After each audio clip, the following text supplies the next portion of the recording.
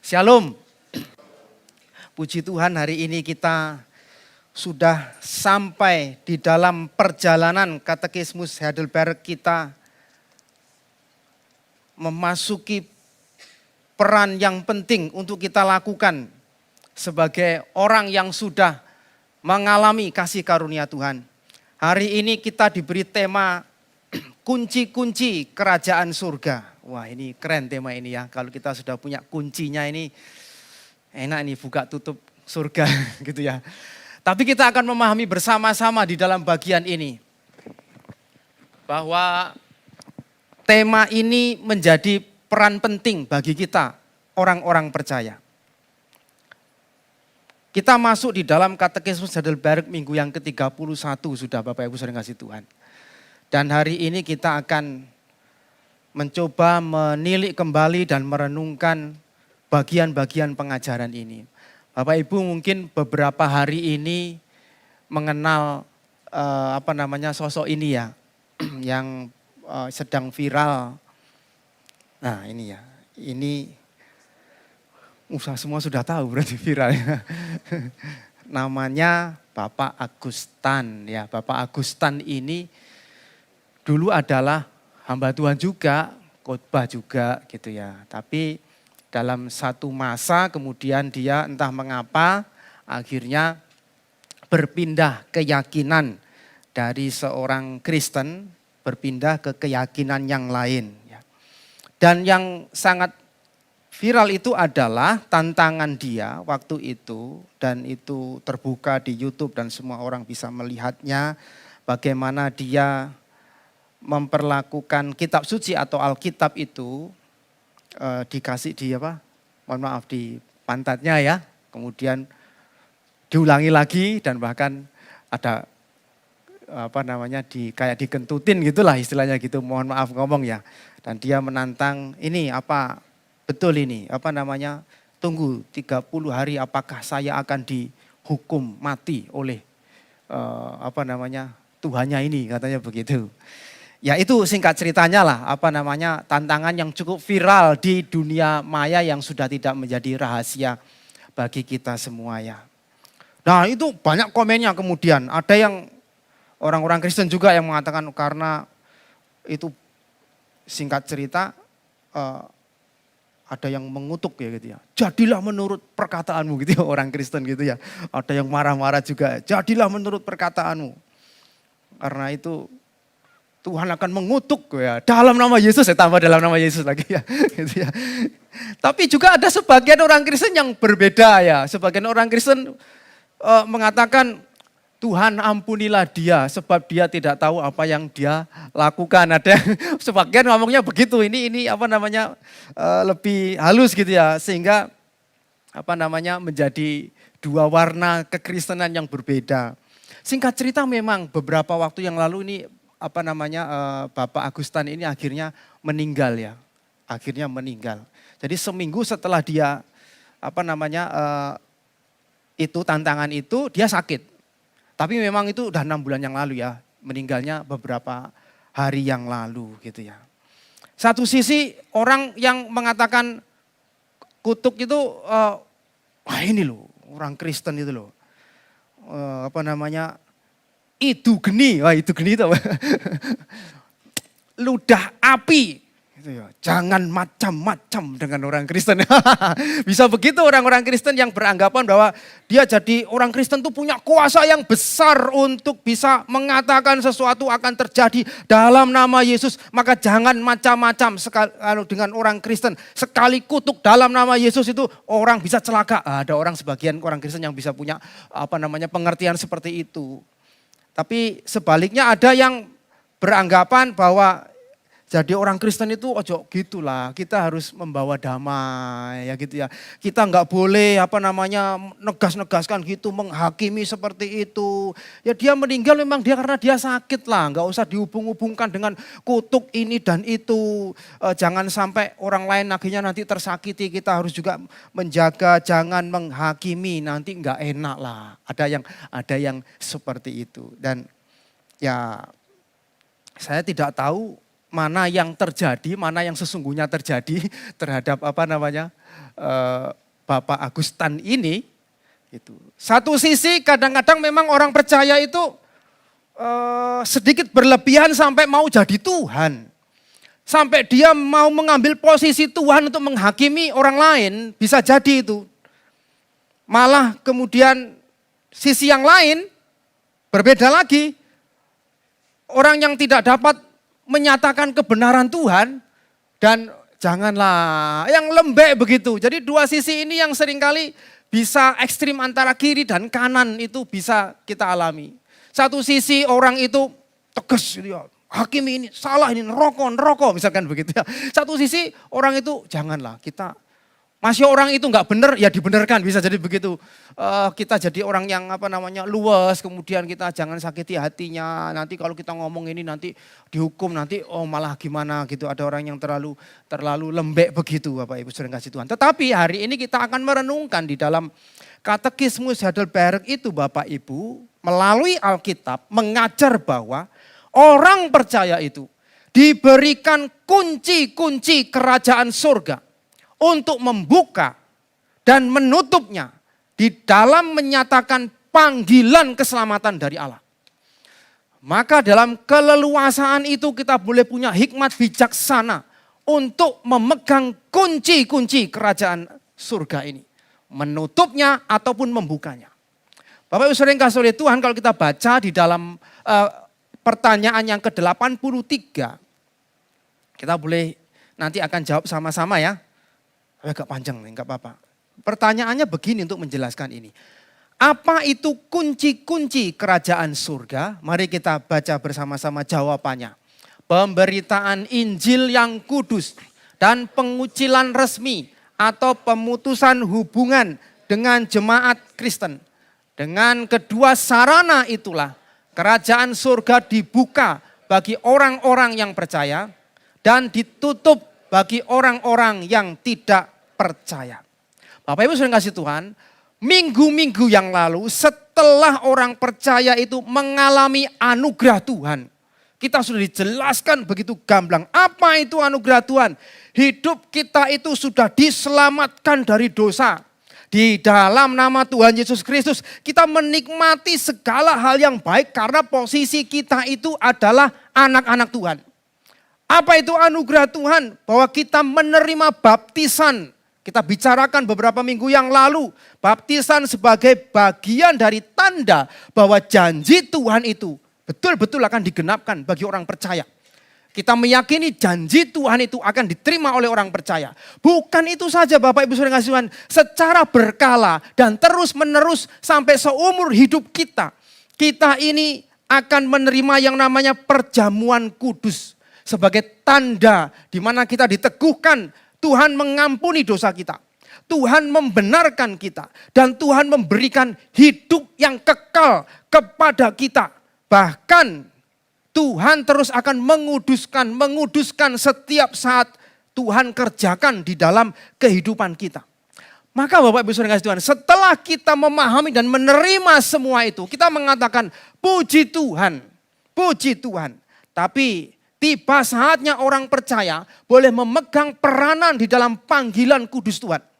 Panggilan Allah yaitu apa? Menggunakan kunci-kunci kerajaan surga. Yang diberikan bagi setiap orang percaya yang sungguh-sungguh percaya kepada Tuhan.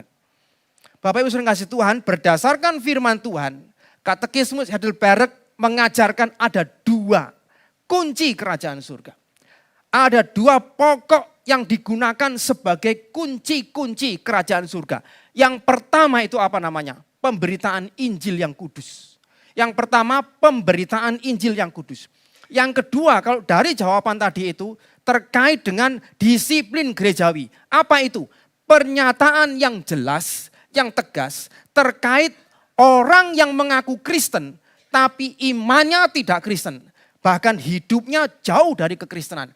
Maka kita bisa menggunakan dua kunci ini untuk menyatakan kebenaran Tuhan. Bapak Ibu, kunci itu kan memang dipakai untuk membuka sama menutup. Bukan cuma membuka tok, tapi nutup juga. Oleh karena itu penting bagi kita. Injil yang kita terima ini Bapak Ibu, yang sudah kita jelaskan sedemikian rupa. Itu memang betul-betul anugerah. Memang itu diberikan oleh Tuhan. Iman orang percaya juga pemberian Tuhan. Itu gratis. Itu bukan karena usaha dan kekuatan kita. Ya dan amin. Itu atas kemurahan Tuhan saja. Namun ini bukan iman dan Injil yang murahan. Walaupun ini gratis sekali lagi ya. Walaupun ini pemberian Tuhan. Tapi bukan iman dan Injil yang murahan. Yang kemudian diobral begitu saja sembarangan. Dan bahkan diremehkan oleh orang. Bukan. Injil yang kita terima dari Kristus itu adalah Injil yang kudus Bapak Ibu. Injil yang patut dimuliakan. Injil yang patut dihormati sehingga tidak layak untuk dipermainkan oleh orang berdosa. Tidak layak untuk direndahkan oleh manusia berdosa. Dengan gampangnya saja menganggap sepi, meremehkan, gak nanggepi. Angin lalu begitu saja. Tuhan tidak mengizinkan itu. Oleh karena itu kita butuh kunci-kunci kerajaan surga ini untuk membuka dan sekaligus menutup bagi orang lain. Ini maksudnya apa Bapak Ibu Saudara yang kasih Tuhan?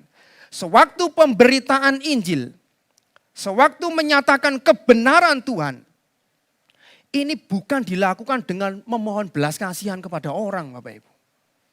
Ini Injil yang kudus, Injil yang mulia yang harus dihormati dan dihargai. Maka waktu kita memberitakan Injil, waktu kita menyatakan kebenaran, bukan dilakukan dengan memohon belas kasih orang.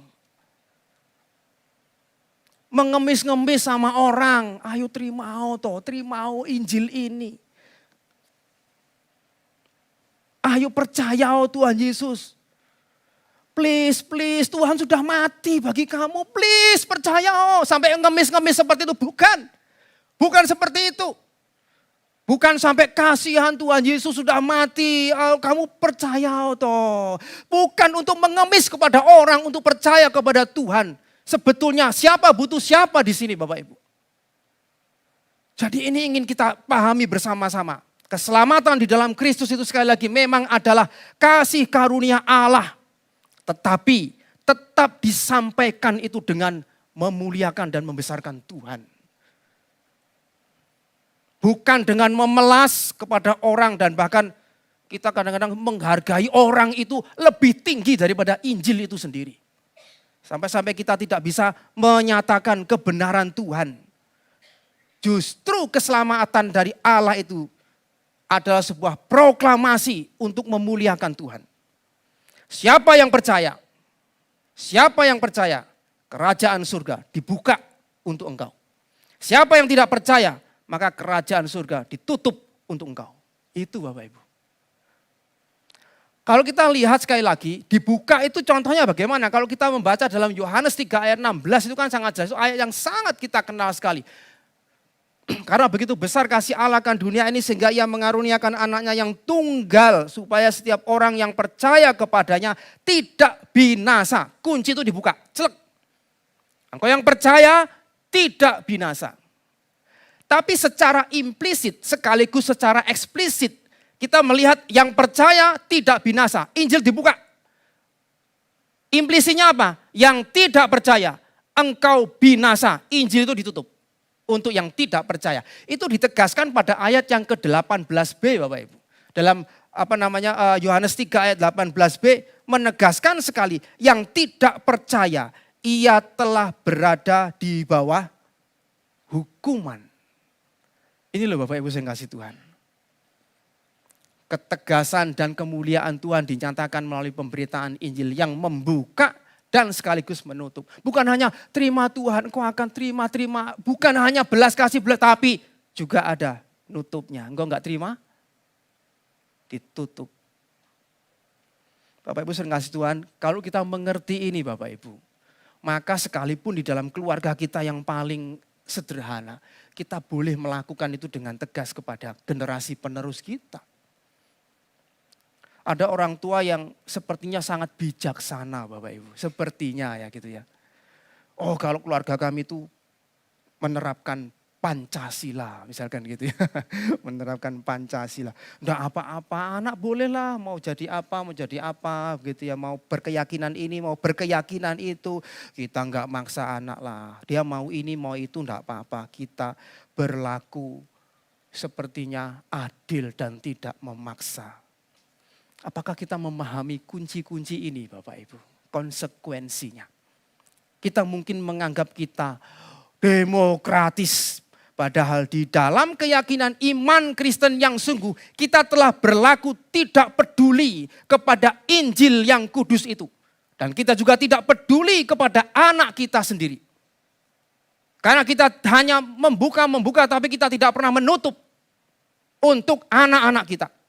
Terlepas anak kita tuh akhirnya mau nerima, mau jalani sendiri hidupnya atau mau ngikuti kita. Namun kita harus menyatakan dan menghargai karya Kristus ini Bapak Ibu sering kasih Tuhan. Injil keselamatan yang telah dipercayakan kepada kita ini. Kita sampaikan sebagai kunci kerajaan surga untuk dibuka. Tetapi juga ada saat ditutup. Bapak Ibu ini penting bagi kita. Kalau kita sungguh-sungguh menyadari dan mengerti betul Injil ini. Maka kita membahas lebih dalam lagi di dalam pertanyaan yang ke-84. 84 mengatakan demikian.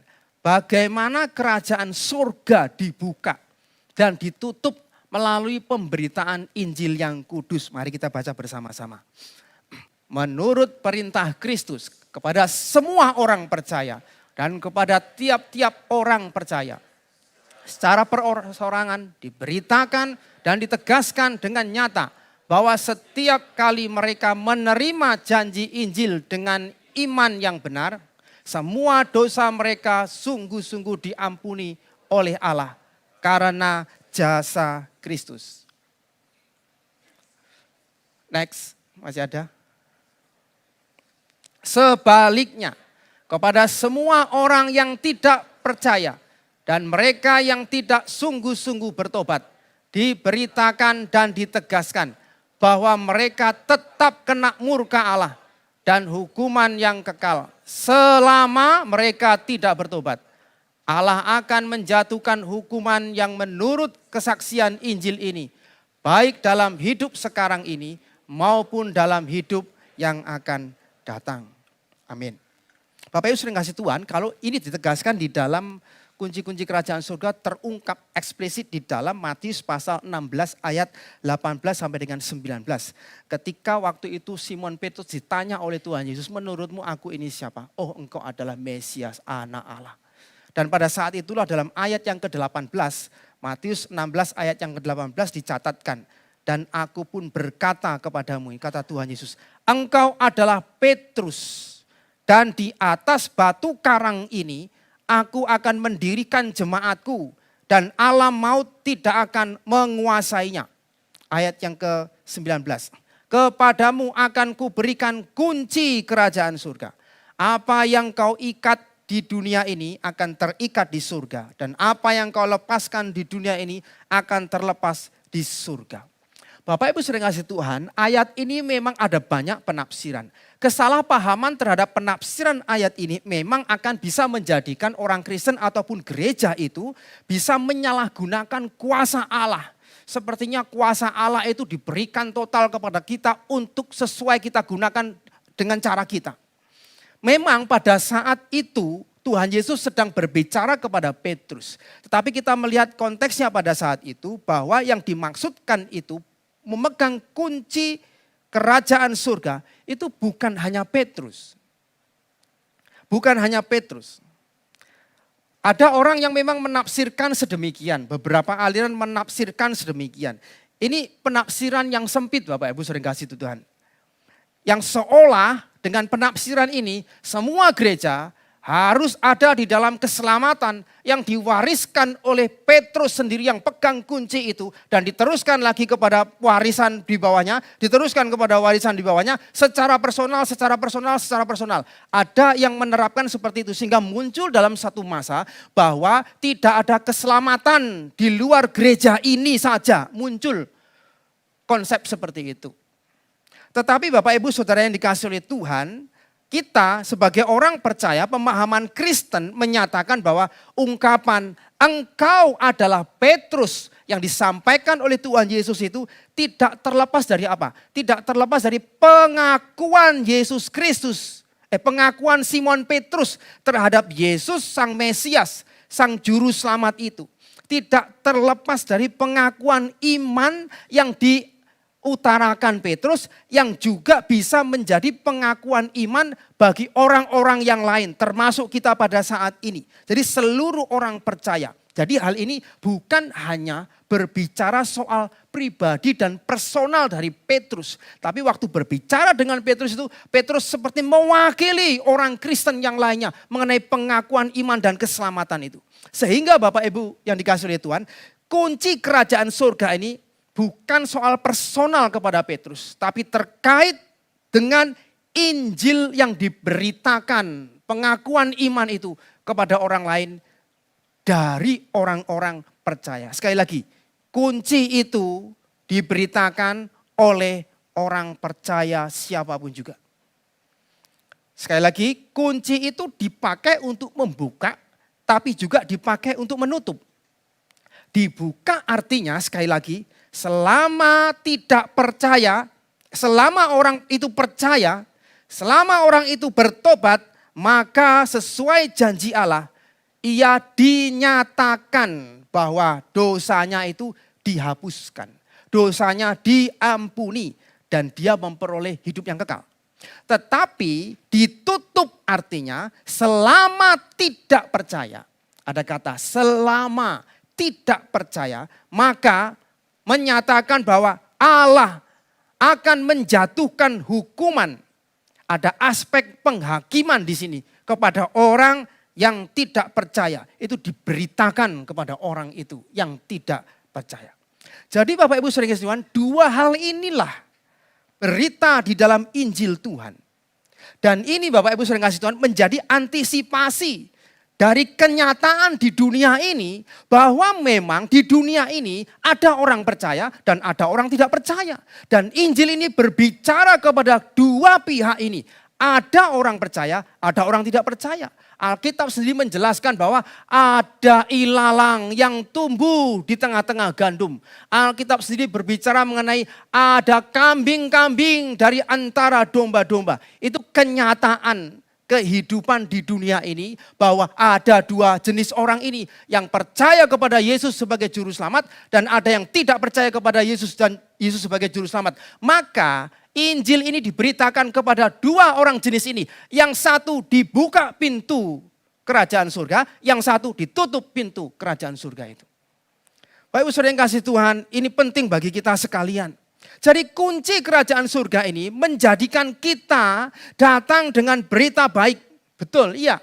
Kita mengasihi orang lain untuk mau mendengar tentang Tuhan Yesus Kristus sebagai juru selamat. Menyampaikan anugerah Tuhan kepada mereka. Yesus sudah berkorban untuk pengampunan dosamu. Tapi di sisi yang lain dengan penuh ketegasan, kita juga boleh menyatakan hukuman Allah bagi orang yang tidak percaya. Di tengah-tengah inilah kita membutuhkan bijaksana dari Tuhan, Bapak Ibu Saudara kasih Tuhan. Kalau kita terlalu ke kanan, sehingga kita menjadi orang-orang yang merasa sok suci, merasa orang yang punya sendiri surga. Kalau terlalu ke kanan, kita menjadi orang-orang yang gampang menghakimi orang lain. Kita sok paling benar sendiri dan kita memandang rendah orang lain. Meremehkan orang lain kalau kita terlalu ke kanan. Tetapi Bapak Ibu Saudara yang kasih Tuhan, kalau kita terlalu ke kiri, sehingga kita tidak memutlakkan Injil Tuhan. Injil menjadi relatif. Oh kamu terima enggak? Boleh, enggak terima juga enggak apa-apa kok, kamu juga bisa punya keselamatan. Demi harmoni kita supaya kita tidak menyakiti orang lain, kemudian kita tidak berani menyatakan bahwa kalau engkau tidak terima, maka penghukuman Tuhan ada di depan mata. Karena kita lebih cenderung ke kiri, maka lebih ingin menyenangkan orang. Nanti kalau kita ngomong ini perasaannya terganggu. Janganlah. Kita pokoknya kasih aja lah. Kita memberikan kasih karunia Tuhan sehingga kita menolong orang supaya orang itu enggak sakit hati. Kita berikan perasaan orang itu lebih tinggi daripada Injil itu sendiri. Sehingga kita tidak bisa menyatakan kebenaran bahwa Allah akan menghukum orang yang tidak percaya. Ini Bapak Ibu kesulitan kita memang.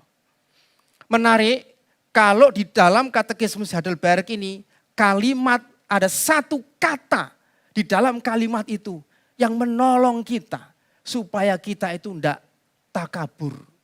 Satu kata itu adalah selama mereka tidak bertobat. Ada kata selama. Apa maksudnya?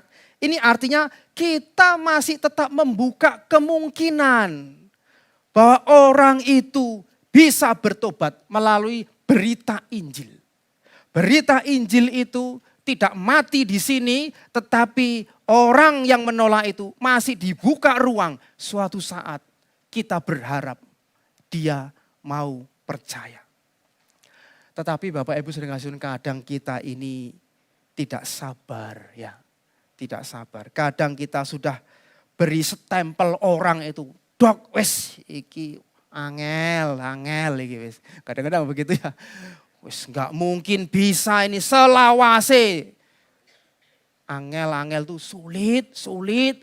Enggak mungkin ini selama-lamanya dia enggak mungkin bertobat. Tidak mungkin percaya. Wes aku apal beditete misalkan gitu. Aku apal karaktere, aku apal isi hati nih. Sudah 30 tahun loh diinjili, 30 tahun didoakan. Boje, percuma. Stempelnya dok, tidak bisa selama-lamanya. Dia akan binasa. Jangan Bapak Ibu. Kadang kita memang butuh kesabaran lebih. Belum tentu Bapak Ibu, belum tentu. Jangan jadi Tuhan di sini. Maka dikatakan selama tidak bertobat. Berarti ada kemungkinan dia bertobat. Kasih ruang itu. Sehingga kita tidak gampang menghakimi orang. Orang bisa percaya suatu saat nanti. Walaupun memang bisa nggak percaya juga kan begitu. Tapi itu urusannya Tuhan. Tapi bagian kita itu membuka ruang itu. Masih ada kemungkinan. Jadi ada kemungkinan untuk bertobat. Bapak Ibu bagi kita yang masih terus berharap-harap, cemas misalkan. Berharap-harap ada keluarga, ada teman, sudah lama kita doakan untuk percaya. Jangan berhenti walaupun itu belum terjadi. Karena masih ada ruang itu selama belum bertobat. Berarti jika dia bertobat suatu saat, kita tidak lebih besar dan tidak lebih tahu dari cara kerja Tuhan. Tapi kita perlu membuka ruang hati kita. Ada kemungkinan itu karena Tuhan bisa bekerja. Sesuatu yang mustahil Tuhan bisa lakukan. Berapa banyak contoh dari antara kita yang sudah didoakan oleh istri kita bertahun-tahun, mungkin 20-30 tahun. Loh, Tuhan panggil, luar biasa. Puji Tuhan. Ada yang mungkin didoakan cuma setahun, Tuhan bekerja dan dia bisa terima. Tapi mungkin dari antara kita sudah mendoakan terlalu lama bagi kita. Kita nggak sabar, kita sudah mengupayakan, sudah menginjili, belum juga. Jangan putus asa. Jangan putus asa. Selama dia belum bertobat, berarti ada kemungkinan dia bertobat. Dan ditegaskan lagi kunci yang kedua Bapak Ibu sering kasih Tuhan. Ayat yang ke-85, pertanyaan itu, bagaimana kerajaan surga ditutup dan dibukakan melalui pengucilan resmi dari jemaat Kristen? Jawab bersama. Menurut perintah Kristus, mereka yang memakai nama Kristen namun membawakan ajaran bukan Kristen, atau menempuh hidup yang bukan Kristen, harus berkali-kali dinasihati secara persaudaraan. Kalau mereka tidak mau melepaskan ajaran sesatnya atau cara hidupnya yang keji, namanya harus diberitahukan kepada jemaat atau kepada orang-orang yang oleh jemaat diangkat untuk menangani perkara-perkara semacam itu. Kalau mereka tidak menghiraukan nasihat itu, kecilkan mereka dari jemaat Kristen dengan cara melarang mereka menerima sakramen-sakramen yang kudus, dan oleh Allah sendiri mereka dikucilkan pula dari kerajaan Kristus. Tetapi jika mereka berjanji akan bertobat dan menunjukkan pertobatan yang sungguh-sungguh, mereka akan diterima kembali sebagai anggota Kristus dan jemaatnya. Ini kunci kerajaan surga yang kedua yang kita sebut, kita kenal dengan disiplin gerejawi. Sekali lagi, bahwa kunci kerajaan surga ini diberikan untuk apa? Menjaga Injil yang kudus ini. Menghargai Injil yang kudus ini. Dan terkait dalam kehidupan persekutuan bersama orang percaya, maka tetap juga dilakukan penjagaan ini. Banyak orang yang mengaku Kristen Bapak Ibu, namun keyakinan bahkan hidupnya bukanlah seorang Kristen. Maka ada semacam langkah-langkah, ada semacam prosedur untuk disiplin gerejawi agar tidak menjadi kecemaran bagi persekutuan yang lainnya. Karena di dalam Matius pasal 18 ayat 15 sampai dengan 18, Tuhan memberikan gambaran itu untuk menolong kita di dalam kunci kerajaan surga yang kedua ini terkait dengan disiplin gerejawi. Matius 18 ayat 15 mengatakan demikian. Apabila saudaramu berbuat dosa, tegurlah dia di bawah 4 mata. Jika ia mendengarkan nasihatmu, engkau telah mendapatkannya kembali. Jika ia tidak mendengarkan engkau, bawalah seorang atau 2 orang lagi, supaya atas keterangan 2 atau 3 orang saksi, perkara itu tidak disangsikan. Jika ia tidak mau mendengarkan mereka, sampaikanlah soalnya kepada jemaat. Dan jika ia tidak mau juga mendengarkan jemaat, pandanglah dia sebagai orang yang tidak mengenal Allah atau seorang pemungut cukai. Aku berkata kepadamu, sesungguhnya apa yang kamu ikat di dunia ini akan terikat di surga. Dan apa yang kamu lepaskan di dunia ini akan terlepas di surga. Bapak Ibu kasih Tuhan, yang kedua ini prinsipnya juga sama dengan pemberitaan Injil yang pertama. Setelah melalui proses kita melihat ada orang mengaku Kristen, ada dalam hidup lingkungan kita, persekutuan kita. Tapi kemudian imannya tidak sama, imannya berbeda. Dan bahkan ditambah lagi kelakuan hidupnya juga tidak mencerminkan orang Kristen. Ini bukan bicara soal kelemahan kita loh ya. Bukan bicara soal kelemahan saya orang Kristen, saya juga masih bisa marah kan gitu. Saya juga. Tapi ini betul-betul nyata imannya berbeda. Tidak percaya Yesus sebagai Tuhan dan Juru Selamat. Tidak percaya Allah Tritunggal misalkan. Dan hidupnya juga tidak pernah menghormati Tuhan misalkan begitu. Maka disinilah perlunya disiplin gerejawi untuk menegur. Kalau sudah melalui proses itu, dan kemudian tetap ngeyel, tetap bersikuku dengan keyakinannya sendiri dan cara hidupnya, barulah kita melangkah di skup yang lebih besar. Kita juga ada melarangnya untuk mengikuti perjamuan kudus.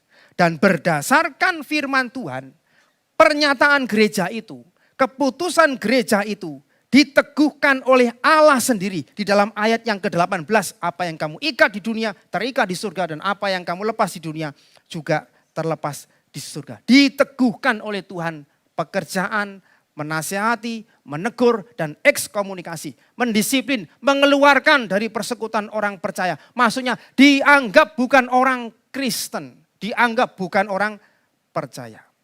Bapak Ibu kasih Tuhan, tetapi katekismus Heidelberg sekali lagi mengingatkan bahwa stempel disiplin gereja itu sekali lagi bukan untuk pengucilan selama-lamanya, bukan. Bukan untuk dilepaskan atau dikeluarkan selama-lamanya, tidak. Sekali lagi selalu ada ruang untuk kemungkinan bertobat dan kita terima kembali. Jadi pentingnya disiplin rohani ini bukan supaya orang itu terus binasa, bukan. Bukan supaya kita terus marem, dinasihati, cilaka pisan kamu, dikeluarkan. Bukan itu. Tapi kepentingan dari disiplin rohani ini untuk memberi pernyataan. Sehingga mendorong orang itu untuk bertobat. Itu semangatnya Bapak Ibu Saudara Tuhan. Supaya dia bertobat dan kembali. Itu pengharapan pertobatan dari orang dan gereja yang mendisiplin orang-orang yang sedemikian. Bukan untuk penghukuman dan balas dendam. Bukan untuk efek jera, bukan. Tapi untuk menolong dia. Mendorong dia bertobat. Bukan untuk malah membencinya Bapak Ibu. Bukan. Walaupun kita sadar sekali lagi kemungkinan tidak bertobat pun bisa terjadi. Tetapi tetap ada ruang harapan bagi pertobatan dia. Kadang-kadang banyak di dalam kasus pernikahan beda jenis. Beda agama. Ya pernikahan yang beda jenis ya. Maksudnya beda agama gitu ya. Beda agama. Saya juga ngalami juga ya gitu ya. Saya panggil berkali-kali gitu ya. Saya ingatkan iman kepada Kristus. Jangan memberikan bubur merah untuk mengganti gitu. Saya jelaskan. Tapi karena cinta itu buta sehingga nabrak-nabrak ya sudah akhirnya sudah nggak bisa ngomong. Kata Anto sudah nggak bisa. Diterjang saja. Memang kita mengatakan ya mohon maaf. Tidak bisa mengikuti pelayanan-pelayanan ini dan lain sebagainya. Kita tidak memberikan porsi itu. Tapi puji Tuhan beberapa waktu yang lalu dengan pembicaraan pribadi dengan satu saksi. Kok tak lihat dia setia ke gereja. Dia setia, saya teguhkan lagi imannya. Jadi yang lalu apa? Enggak. Aku percaya sama Tuhan, sungguh-sungguh. Dia satu-satunya, ya puji Tuhan. Dan akhirnya dia boleh dipeluk kembali menjadi anak-anak Tuhan. Tapi memang butuh kesabaran Bapak Ibu Saudara kasih Tuhan. Puji Tuhan di dalam pembicaraan itu kita bisa mendapatkan orang-orang yang seperti ini. Tapi kadang-kadang kita jengkel ya, enggak sabar kita. Kita enggak seperti Tuhan. Kita membatasi waktu pikiran seperti waktu dan pikiran kita sendiri. Dan kiranya Tuhan menolong kita Bapak Ibu di dalam kelemahan kita ini yang ketidaksabar ini. Namun tetap perlu sekali lagi ada penghayatan untuk mengerjakan panggilan Tuhan ini bahwa bagaimana kita bisa leluasa untuk lincah di dalam hal ini. Tidak hanya menghakimi, kamu cilaka, neraka. Bukan hanya itu, tetapi kita juga bisa dengan belas kasih kita mengharapkan dia, menerima dia di dalam pertobatan itu. Bukan hanya kita akhirnya jadi lembek, misalkan ekstrim yang kiri tutup mata atas semua kesalahan, tutup mata atas semua dosa, nggak bisa ngomong apa-apa, ngomongnya yang enak-enak terus ya enggak apa-apa lah, nanti Tuhan. Bukan itu, tetapi kita memberikan juga tutupan kunci itu, penghakiman dari Tuhan. Kiranya Tuhan menolong kita untuk bisa berbagian di dalam hal ini. Tetapi Bapak Ibu di dalam bagian kunci yang kedua ini, kalau diterapkan kepada pendengar, ya kita juga memahami seharusnya. Kalau sebagai pembicara saya ngomong, Tuhan akan menghukum engkau misalkan. Atau Tuhan membuka kasih karunia. Ya ada teguran juga ada ada kasih sayang Tuhan. Dari sisi kita pendengar, ya jadilah kita orang-orang yang mudah untuk ditegur. Mudah untuk dinasihati. Kita juga perlu belajar dewasa. Jangan mudah tersinggung bila ada teguran. Itu sepertinya menerpa kita. Pas firman kemarin Kak Tanto. Wah Kak Tanto ini rasanya aku ini rasanya. Wah Kak Tanto ini sentimen sama aku. Misalkan begitu ya. Misalkan ini teguran ini nyindir aku ini. Misalnya. Kita jadi resisten gitu ya. Kita jadi menutup. Jangan sampai begitu juga bagi pendengarnya Bapak Ibu. Kita perlu membuka juga hati. Jangan lupa kita juga bukan orang yang terus ingin dininak-bobokkan ya. Tuhan mengasihi, Tuhan itu baik. Kayak anak kecil itu oret-oret gambar. Apa, bagus, bagus. Padahal gambari pating selomet gak karuan. Bagus, Papa bagus. Kita jangan seperti anak kecil yang terus ingin dininak bobokan. Baik, Tuhan itu mengasihi Tuhan. Tidak hanya itu, tetapi orang yang dewasa itu dia bisa menerima teguran. Dari firman yang diberitakan. Dari orang-orang yang dipilih oleh Tuhan yang memang membimbing kita. Allah bekerja di dalam teguran dan Allah juga bekerja di dalam kasih sayang agar kita bertobat makin hari makin dewasa sebagai orang percaya.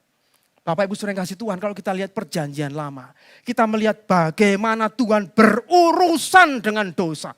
Menegur umat Israel, terus memberi peringatan kepada orang Israel yang berdosa, bahkan menghukum umatnya sendiri. Itu Tuhan kita. Tapi Tuhan juga mengatakan bahwa dia menunjukkan belas kasihannya. Dia lambat marah. Dia membuka belas kasihannya kepada orang yang bertobat. Dan di dalam puncaknya Bapak Ibu Saudara yang kasih Tuhan, Allah menyatakan kasih dan keselamatannya itu di dalam Kristus Yesus. Yang mati di atas kayu salib. Namun bukan tanpa penghakiman. Dan bukan tanpa penghukuman. Bagi orang yang tidak percaya. Berita itu dan panggilan pelayanan ini telah dipercayakan kepada saudara dan saya sebagai orang-orang percaya. Bagaimana dengan kita Bapak Ibu? Apakah kita bersedia membuka dan bahkan menutup kerajaan surga itu dengan kunci-kunci yang sudah diberikan kepada kita? Atau kita belum punya kunci itu. Sehingga perlu dibukakan lebih dulu. Kiranya kita mendengar panggilan Tuhan. Amin.